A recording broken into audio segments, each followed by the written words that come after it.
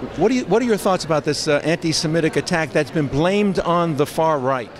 Well, first of all, anything to do with Donald Trump, you know, these attacks on him, they'll find any way to twist anything against him. And I must say that the left is really conjuring up lies and slanders against this president, trying to take him down, but they're not going to do it. And there has never been a president so pro-Israel or pro-Jewish. And anyone who says anything against him in that regard is simply not acquainted with him in any way. If you listen, and I would recommend for those listening, if they want to connect with his passion for the Jewish people, listen to the speech he made at the on Holocaust Remembrance Day. It's on YouTube, and you can get it.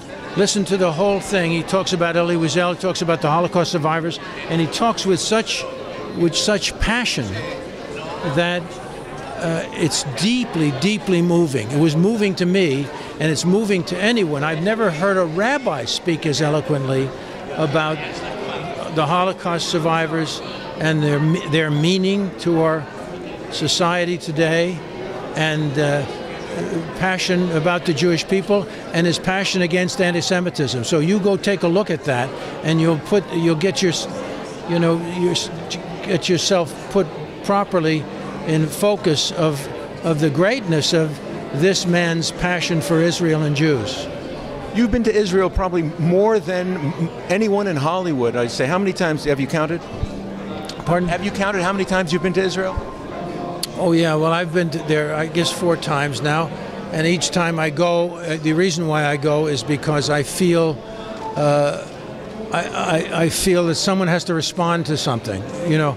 And since I understand what I said, maybe it's me, and I go, and I try to get press and everything else, and I know that just like here, there's a left wing there, and it's very strong, and I go there to combat their distortions, to remind them of their Jewishness and the legacy that they've been blessed to be part of, and so I ask for people to come from the various newspapers and television, you know, stations of Israel. Anyway, so I feel comfortable in that regard, and I don't know why. You can ask me why. Why do I feel that sense of advocacy about things Jewish? And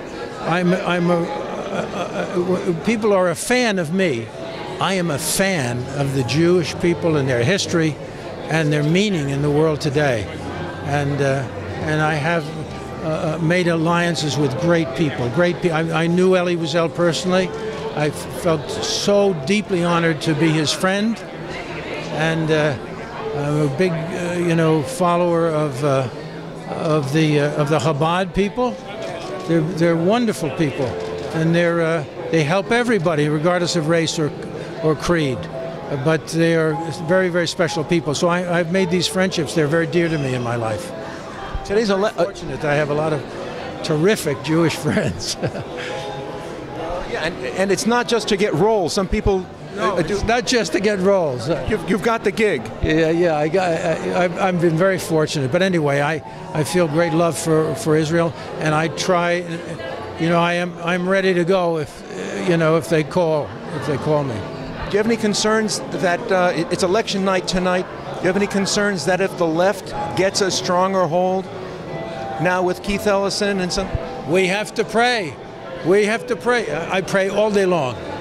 I mean, that's what I do. When I'm quiet, they say, "What are you doing, John?" They don't know, see? But I'm telling you, I'm praying. But I have this connection, you know. It's very deep and meaningful to me. And I know prayer makes a difference too. But it keeps me on. Gives me a compass. Makes me see things in the proper perspective. But anyway, let's pray that things work out tonight. It's very important. Yeah. All right. Thank you so much. What happens? regardless of what happens, we all have to be vigilant.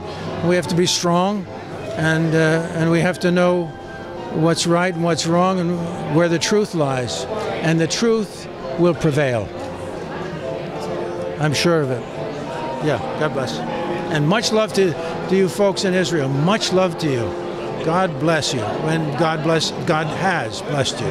And we've been blessed in this generation of mine. The promises of Isaiah have come to fruition. The people have returned to the land. All of that is quite majestic.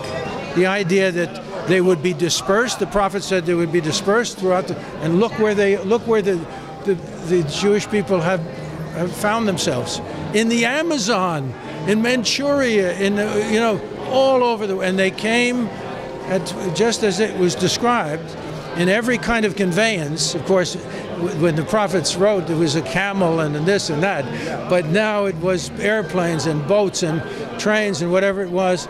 So they returned to the land. The land is intact. Keep it safe. Keep it safe. We've learned a lot of lessons over the last, years since its birth. Keep it safe.